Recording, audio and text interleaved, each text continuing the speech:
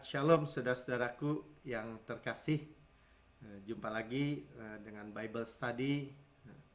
Kali ini kita melanjutkan dari buku Menjalani Hidup Berserah, ya, Let Go Life, dan kita bisa hidup bebas dari stres di tubuh ini, stres, bebas dari khawatir di pikiran dan gelisah di hati.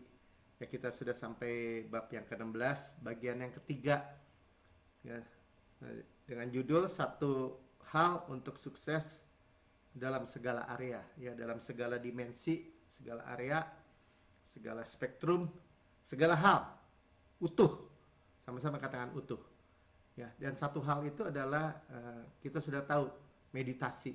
Saudara bisa dengar rekaman yang bagian kedua, ya, sudah bisa lihat. Dan meditasi itu kita itu disebutnya merenungkan atau hagah, yang menggumamkan memamah biak. Memamah biak, ya, hagah memamah biak, kita menggumamkan, mengkhotbahkan lagi apa yang kita tangkap di dalam hati kita. Sebenarnya nggak rumit, ya. Jadi seperti binatang mamah biak itu seperti lembu misalnya atau sapi, kan. Di lambungnya ada 4 bilik gitu, ya, 4 ruangan. Jadi binatang mama biak makan rumput, makan, ditaruh di bilik pertama. Nanti dia waktu rest, beristirahat, dia duduk, dia mengeluarkan lagi, ya, di ruminasi di mamah biak, diberi enzim-enzim dari kelenjar liurnya, dan masuk lagi di bilik kedua, terus keluar kan lagi dan masuk lagi sampai bilik 3, keempat, baru semua sari-sari, nutrisi-nutrisi, sari-sari makanan bisa diserap oleh tubuhnya. Ya, saudara yang mendengar di rekaman YouTube, saudara boleh like, subscribe, dan share kepada siapapun, ya. Kali ini kita melihat satu hal untuk sukses, untuk berhasil dalam segala area. Dunia sedang keadaannya tidak baik, saudara. Ya, kita udah tahu 2,5 tahun lebih krisis pandemi yang masih ada, kemudian perang, krisis finansial, banyak negara mengalami kebangkrutan, tidak bisa bayar hutang, inflasi, dan sampai kepada kelaparan, saudara, krisis pangan. Ya, tapi kita ini bersyukur kita berada di dalam hari yang ketiga dari tahun 2022 ini, kan sudah hari yang ketiga, 1000 dan lewat dari 2000 tahun, ya, satu hari Tuhan 1000 tahun, kita sudah tahu. Dan kita ada di waktu disebutnya musim hujan akhir, sama-sama kanan hujan akhir, ya. Kalau hujan akhir, latter rain, hujan akhir di Israel itu panen raya, panen besar. Dan kita percaya secara rohani itu manifestasi dari berkat-berkat Tuhan yang berlimpah-limpah. Yang percaya katakan amin. Jadi sangat berbeda, ya. Ini seperti gelap sama terang. Dan kita tahu, ya, kita ada terang. Dan kita merenungkan itu satu-satunya cara, atau meditasi, ya, saya sebut aja meditasi. Ya, untuk kita bahkan yang minggu lalu kita dengar, ya, bagaimana prosper, beruntung, dan good sukses, berhasil baik. Sama-sama katakan beruntung dan berhasil baik.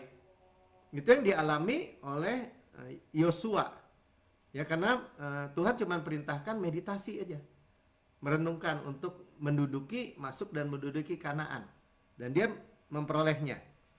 Dan kita nggak bukan rumit-rumit, saudara, ya. Kalau saudara dengar nanti rekaman atau dengar khotbah, saudara sedang meditasi tuh, menyerap, ya, fokus Yesus, menyerap, duduk diam, dengar Yesus, memandang Yesus, menyerap.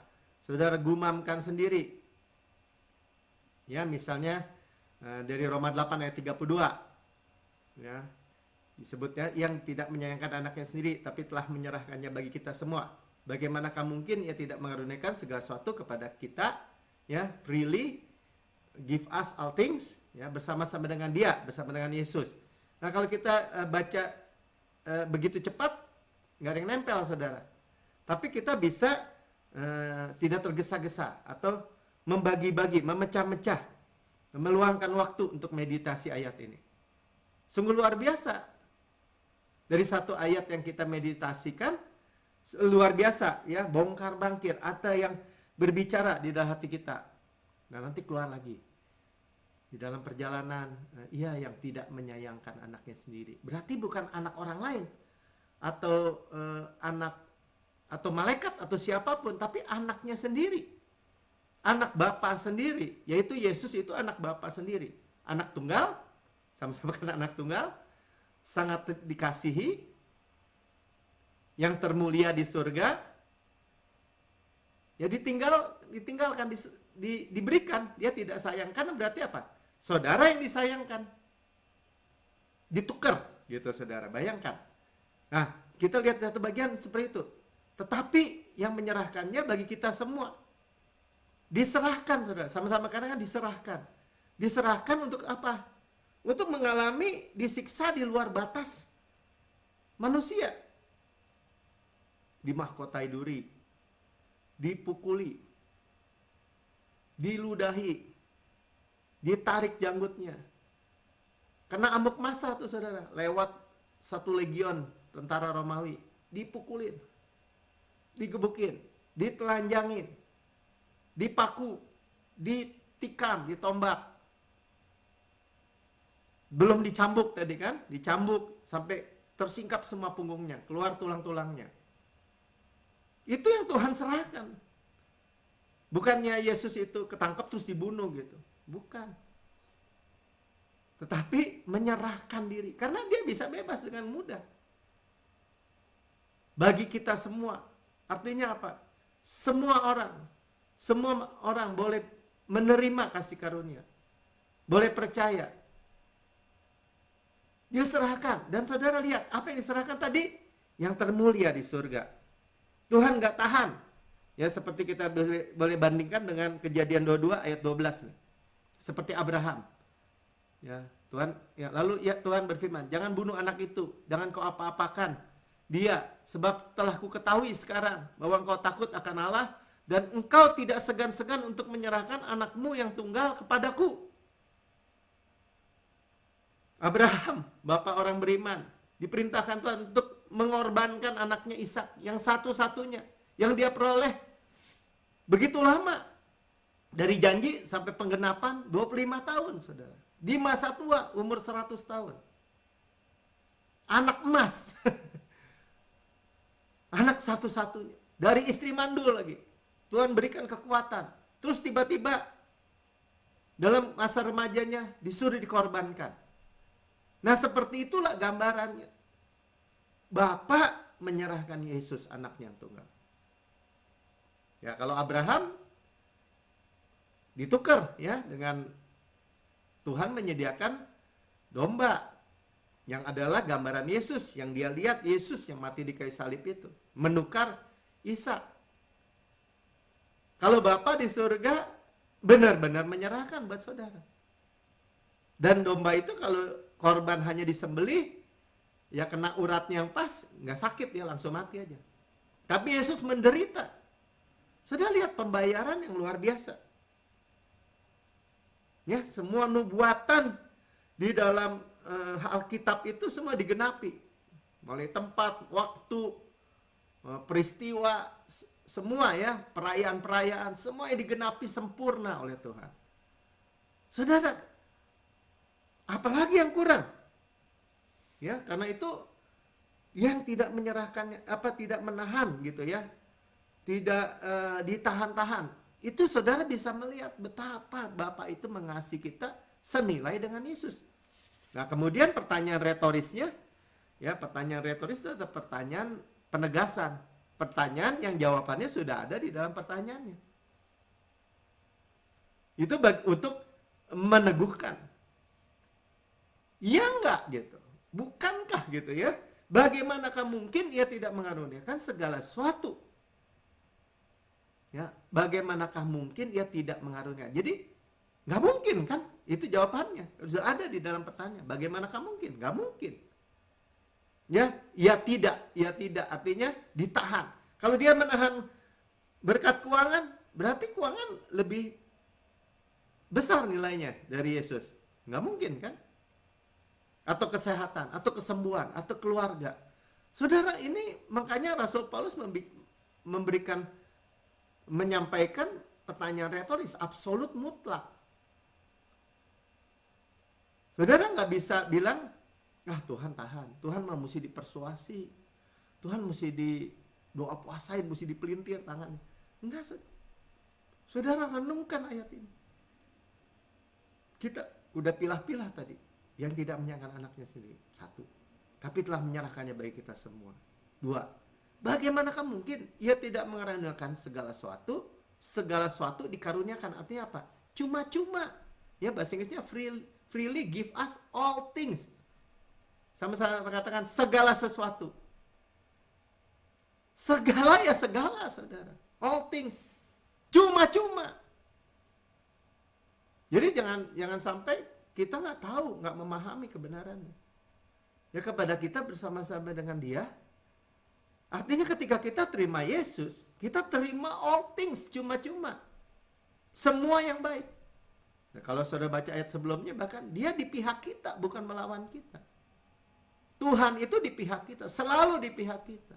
Kita nggak perlu mempersuasi seolah-olah Tuhan itu enggan, tidak mau. Ya, kita tahu bahwa Dia udah mentok plafon, kan Yesus. Semua di bawahnya. Tidak ada yang lebih mahal dari Yesus, tidak ada yang lebih tinggi dari Yesus nilainya. Nah, karena itu kita hanya mengatakan amin. Kita merenungkan, pilah-pilah. Ya, kita beri waktu untuk meditasi. Ya, bukan kebetulan saya percaya. Kalau sudah dengarkan penyampaian pewahyuan setiap minggu, hari Minggu ibadah di Gereja Ciptaan Baru, kita sedang dibawa untuk merenungkan Roma 8 ayat 32 ini. Supaya apa, saudara? Supaya saudara dan saya sadar gitu. Di tengah-tengah dunia yang sedang tidak baik, saudara mempunyai Yesus. Dan mempunyai Yesus, mempunyai segalanya. Kita tinggal aminkan. Kita tinggal meditasikan. Terima sari-sarinya biar nyerap ke dalam tubuh kita. Roh, jiwa, tubuh kita menyerap semua sari-sari makanan, nutrisi daripada satu ayat ini aja. Nah, bagaimana kalau terus kita meditasikan lanjutnya 1 Timotius 4, ya, meditasi perjanjian baru. Ya, dan kita melihat bagaimana di tengah-tengah dunia yang sedang korosi, kita mengalami kemajuan. Sama-sama katakan kemajuan. Ya. Jadi dari hidup kita dari dalam itu terwujud keluar. Saya bacakan ya. Ini saudara bisa meditasikan juga perjanjian baru. Misalnya contohnya ayat ini dan beberapa ayat nanti berikutnya coba kita renungkan. Perhatikanlah katanya. Jadi kita perhatikan itu firman Kristus itu. Hiduplah di dalamnya. Kita hidupi. Bukan hidup di dalam berita-berita yang dari luar. Wah, krisis pangan. Wah, perang belum berhenti. Wah, cabai mahal. Wah, gandum sekarang naik 2 kali lipat, 3 kali lipat. Bensin. Terus hidup di dalam itu. Gak ada kemajuan, saudara.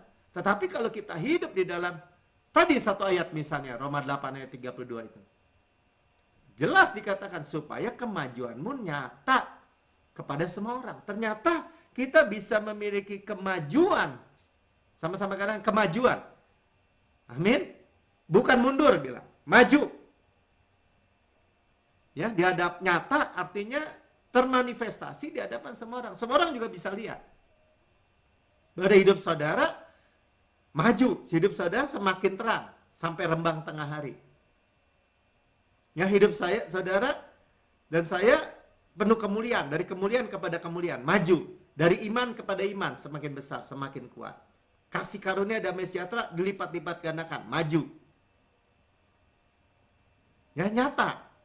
di depan semua orang. 16, awasilah dirimu dan awasilah ajaranmu. Karena itu kita berawas-awas dengan doktrin atau ajaran yang benar.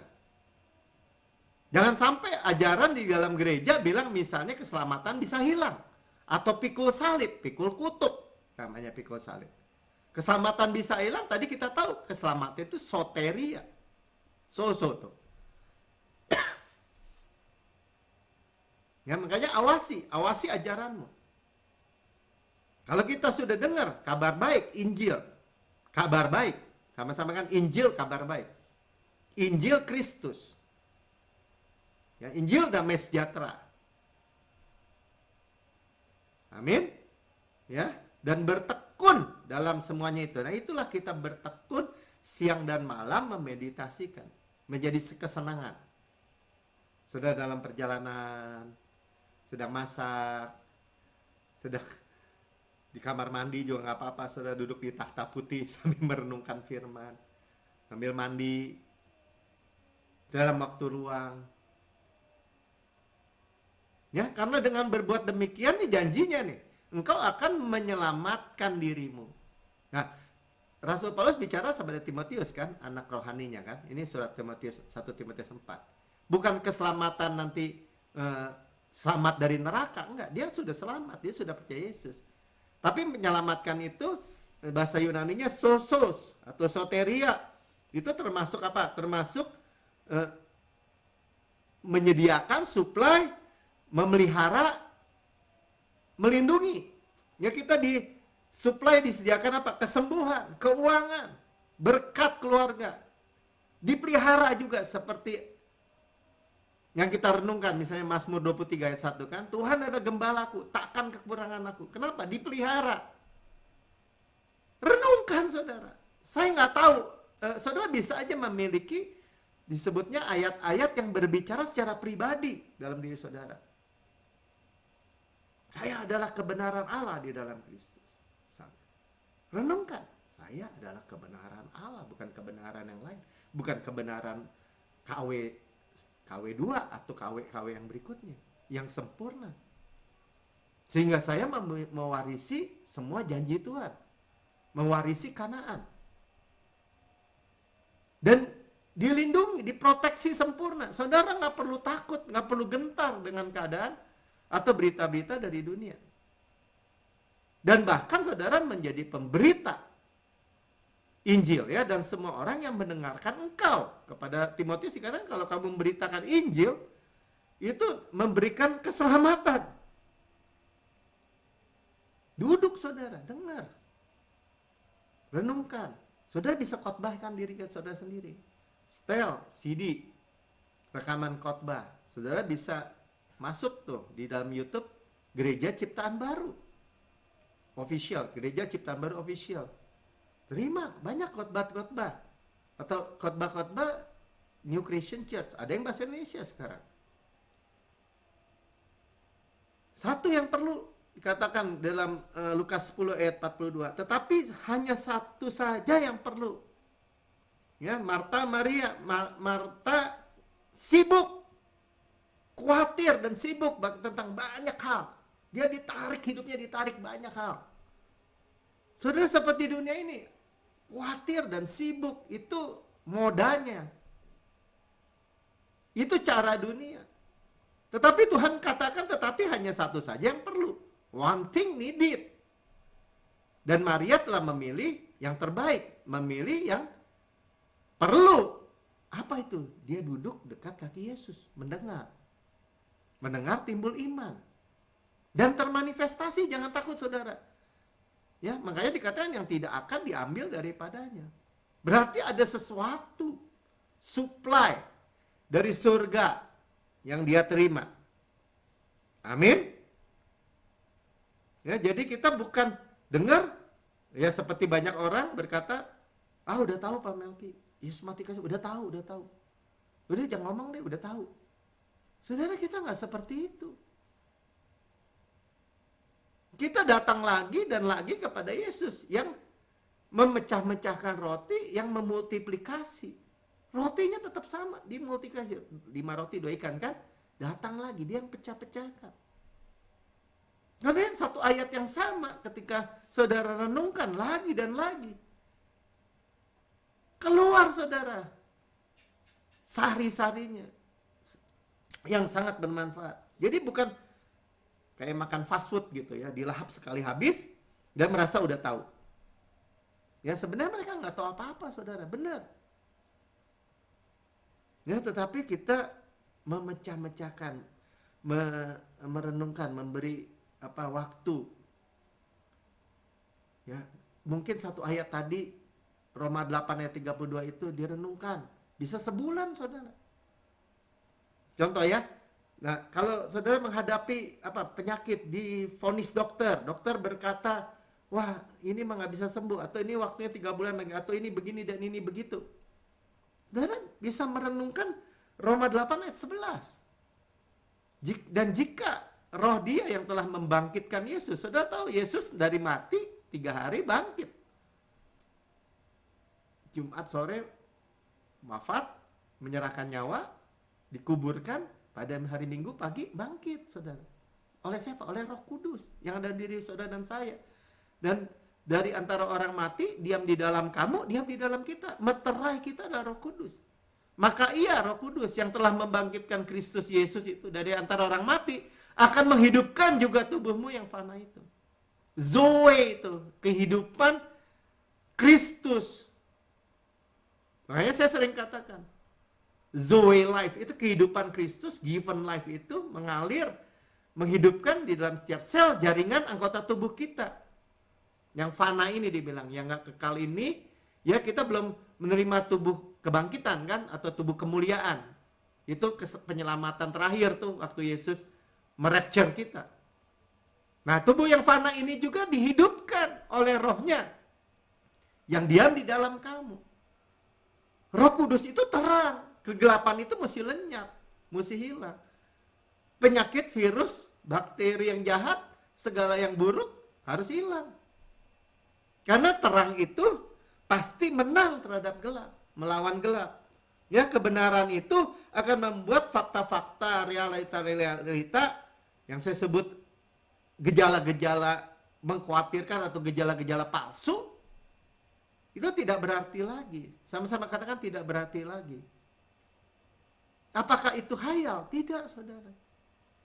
Apakah itu halusinasi?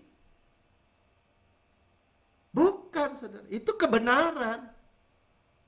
Hanya mau nggak kita merenung? Mau nggak kita menerima sari-sari makanan itu? 2 Korintus 9 ayat 8. Mungkin kita lihat buku tabungan kita. Udah krisis. Ya, rekening bank kita. Kok angka-angkanya sudah mengecil, menyusut. Dan Allah sanggup melimpahkan segala kasih karunia. Jadi di tengah-tengah dunia yang korosi dan banyak inflasi dan banyak kebangkrutan, bahkan kebangkrutan tidak bisa bayar utang secara nasional, secara negara, Allah sanggup dikatakan untuk apa? Kepada melimpahkan segala kasih karunia. Sama-sama katakan segala kasih karunia. Kasih karunia itu pribadi Yesus. Kalau segala kasih karunia, Yesus bagi kita apa? Segalanya. Yesus kesehatan saya, Yesus kekuatan saya, Yesus berkat-berkat keuangan saya, supply saya, Yesus segalanya. Bukankah firman Tuhan bilang, Yesus itu jalan, kebenaran, dan hidup. Yesus itu hikmat, kebenaran, kekudusan, great I am, segalanya saudara.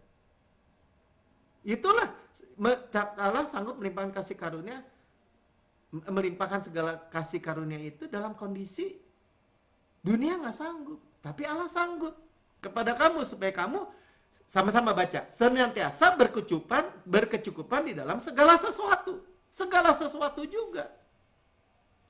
Senantiasa, sama-sama katakan senantiasa. Senantiasa itu artinya continue, terus menerus. Bukan ntar bangkrut, ntar balik lagi, ntar bangkrut lagi, ntar balik lagi. Bukan begitu. Senantiasa berkecukupan di dalam all things, segala sesuatu. Dan juga ini bicara juga Pak, segala aspek. Jangan sampai, ya kaya sih kaya, tapi penyakitan. Kaya sih kaya, sukses secara secara di luar, secara apa tuh, sukses publik gitu. Tapi secara private di rumah tangga hancur. Nggak seperti itu, saudara. Segala sesuatu, segala aspek. Dan malah berkelebihan buktinya tuh di dalam berbagai kebajikan. Good works. Pekerjaan baik. Jadi artinya apa? Ketika kita diberkati, kita menjadi berkat. Sama-sama kan menjadi berkat. Lihat ya, terang itu mengalahkan kegelapan, kemiskinan, kegagalan, krisis. Saudara, itu yang diperlukan dunia hari-hari ini. Dan saudara memilikinya. Sama-sama katakan, si Yesus itu kasih karunia yang memakmurkan saya. Katakan amin. Ya, saya hidup lebih dari cukup dan menjadi berkat bagi orang lain. Katakan amin. Ya, kalau saudara merindukan seorang anak, orang udah bilang, udah umurnya udah banyak, gak mungkin lah punya anak, susah. Atau saudara menantikan anak udah 6 tahun, 7 tahun, susah. Dokter juga bilang, begini, mandul. Atau spermanya lemah, atau ini mah gak subur. Saudara baca lagi ayat firman Tuhan. Misalnya di Ulangan 7 ayat 14. Engkau akan diberkati lebih daripada segala bangsa. Nih berkatnya nih. Sama-sama kan, ini berkatnya buat saya.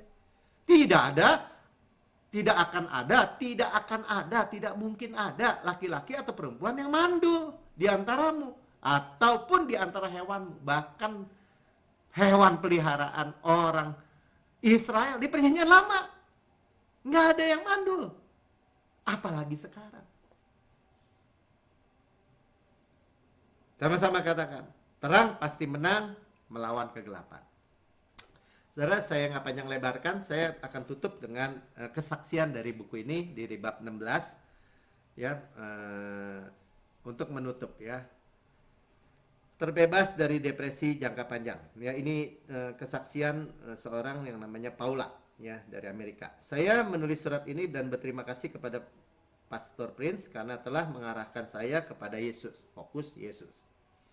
Sekalipun saya mengetahui bahwa Yesus adalah juru selamat saya selama bertahun-tahun, saya tetap hidup di bawah hukum Taurat. Nih, di bawah hukum Taurat artinya di bawah kutuk. Saya selalu berusaha berbuat baik, berusaha dari diri sendiri. Tetapi setiap kali itu pula saya merasa ada yang kurang. Bahkan sejak kecil saya terus-menerus berjuang melawan depresi. Kristen depresi. Ini seperti benteng yang kuat dan kronis dan senantiasa membelenggu saya. Dibelenggu siklus kekalahan. Saya sudah menghabiskan banyak waktu dan biaya mengunjungi konselor profesional, ya, dokter medis, pengobatan alternatif, bahkan tuh ya, mengkonsumsi suplemen serta obat-obatan, tetapi sama sekali tidak membantu atau sama sekali tidak berguna. Suatu hari putri saya berusia 6 tahun meninggalkan televisi tetap menyala. Saya bermaksud mematikannya persis ketika Pastor Prince sedang diwawancara. Kata-katanya begitu mencengkam hati saya, sesuatu yang tidak pernah saya alami sebelumnya. Saya berpikir di dalam hati, orang ini mengenal Yesus saya. Saat itu juga saya bergegas untuk mengambil remote TV dan merekam wawancara tersebut. Dan menontonnya berulang kali, menghentikannya sejenak untuk membuat catatan. Merenungkan, meditasi juga bisa membuat catatan, saudara. Ya, saudara hafalin ayat. Saya mulai membaca buku Destined to Reign. Dan benar-benar jatuh cinta kepada Yesus dan Alkitab. Saya menghabiskan waktu berjam-jam untuk menonton rekaman Pastor Prince, yang membaca buku ya, dan membuat catatan setiap hari. Itu meditasi. Ketika pertama kali saya mendengar Pastor Prince menaikkan kidung pujian dari Mazmur 34 dalam program siarannya, pujian tersebut langsung menjadi nyanyian utama dalam hidup saya. Bisa juga berupa nyanyian, saudara. Saya menyanyikan siang dan malam. Setiap kali saya merasa susah dan dicekam ketakutan. Kadang-kadang tenggorokan saya begitu tercekat sehingga saya tidak dapat mengucapkan kata-katanya. Tetapi saya tetap menaikkan pujian. Dan Mazmur tersebut tidak pernah gagal menenteramkan hati saya. Firman yang dinyanyikan. Saya bersyukur sekali dapat menghadiri acara Pastor Prince di Dallas, Texas. Ketika ia mengatakan bahwa beberapa orang terbebas dari kondisi kronis. Saya percaya bahwa kata-kata tersebut ditujukan kepada saya. Saya tidak merasakan adanya perubahan langsung di tubuh saya. Hanya saja semakin percaya kepada Tuhan bahwa terobosan akan segera saya alami. Jadi dalam meditasi, nggak usah takut, saudara. Di dalam waktu menanti, menanti manifestasinya, Tuhan tetap pelihara.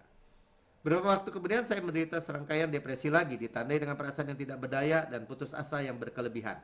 Jelas hal ini menyedihkan bagi saya, karena selama hampir 2 tahun terakhir saya sudah berfokus kepada Yesus dan Injil kasih karunia, menghabiskan waktu membaca Alkitab dan memperkatakan atas hidup saya, mengambil bagian dalam perjamuan kudus setiap hari, berdoa, menaikkan pujian dalam bahasa roh, mengenyahkan sikap membenarkan diri sendiri, dan berusaha sebaik mungkin untuk bersandar kepadanya. Saya terus-menerus bertanya apa yang saya lewatkan sehingga saya tidak kunjung terbebas dari depresi. Suatu hari saat saya sedang berkendara, saya meminta Tuhan melepaskan saya dari tiang deraan. Saya bahkan berseru dengan kencang supaya iblis tahu saya tidak mau lagi membiarkan dia mencuri damai sejahtera saya. Saya merasakan suatu api baru di dalam diri saya yang sulit saya jelaskan. Namun saya merasa seperti memasuki tingkatan yang benar-benar baru. Saya tidak sekedar mengetahui, tetapi sungguh-sungguh mempercayai bahwa Bapa saya di surga ingin melepaskan saya dari depresi. Dengan penuh keberanian, saya menolak depresi dalam nama Yesus, mengatakan kebenaran bagi saya di atas kayu salib. Tiba-tiba merasa depresi itu mulai lenyap, ada petang harinya, dan saya merasa jauh lebih baik. Saya juga bercakap-cakap dengan Bapa surgawi tentang hari-hari buruk yang menurut saya berlangsung terlalu lama, dan berani menyatakan kerinduan saya untuk melihat hari-hari baik yang dijanjikan oleh firman-Nya. Jadi nggak perlu bicara kepada Bapa itu formalitas selalu, saudara. Bicara seperti anak kepada Bapa. Saya menulis surat ini dengan merasakan dorongan untuk menebarkan pengharapan bagi orang lain juga yang mengalami belenggu kronis, depresi. Saya ingin mengatakan kepada mereka, tidak peduli berapa lama hal itu sudah terjadi, berapapun putus asanya Anda, tetaplah percaya, selalu fokus pada Yesus dan kemenangannya di atas kayu salib. Dan janganlah pernah menyerah. Saya yakin iblis akan menyerang Anda paling keras saat Anda sudah dekat dengan kemenangan. Jadi, withstand, bertahanlah, teguh. Kasih karunia akan melakukan yang tidak sanggup Anda perbuat. Tetaplah mengakui kebenaran, tetap speak ya kebenaran yang Anda miliki sebagai suatu karunia. Dan percayalah bahwa Anda dikasih walau apapun yang Anda rasakan saat ini. Depresi tidak berasal dari Tuhan. Amin. Ya, yang Tuhan berikan rest. Ujian dan emosi kadang-kadang datang, tetapi saya memiliki keyakinan di dalam hati bahwa saya tidak sendirian dan semuanya akan berlalu jikalau saya tetap memuji Dia dan mengakui firman-Nya. Dengan cara demikian saya tidak lagi terjatuh begitu saja ke dalam depresi. Terima kasih Pastor Prin dan tim, karena Anda semua membagikan semangat Anda tentang Yesus. Saya mengasihi Anda sekalian. Oke, saudara yang mendengar, bukan hanya kesaksian, saudara akan mendengar apa yang saya bagikan, begitu praktis. Dan saudara berkata, saya belum pernah menerima Yesus sebagai Tuhan dan Juru Selamat pribadi. Saudara bisa, inilah waktu saudara. Ikuti saya berdoa ya saudara. Katakan, Tuhan Yesus yang maha mulia, saya menerima Engkau sebagai Tuhan dan Juru Selamat. Saya menerima Yesus sebagai Tuhan dan Juru Selamat pribadi saya. Dengan mulut saya mengaku, dengan hati saya percaya bahwa Engkau telah mati buat saya, dibangkitkan karena pembenaran saya, naik ke surga, duduk di sebelah kanan Allah Bapa, dan mendudukkan saya bersama-sama dengan Yesus. Rumah saya sekarang adalah surga, atau surga adalah rumah saya. Saya anak yang paling dikasihi. Saya tidak perlu depresi, tidak perlu stres, tidak perlu takut. Karena saya dapat merenungkan, meditasikan kebenaran di dalam nama Tuhan Yesus. Amin.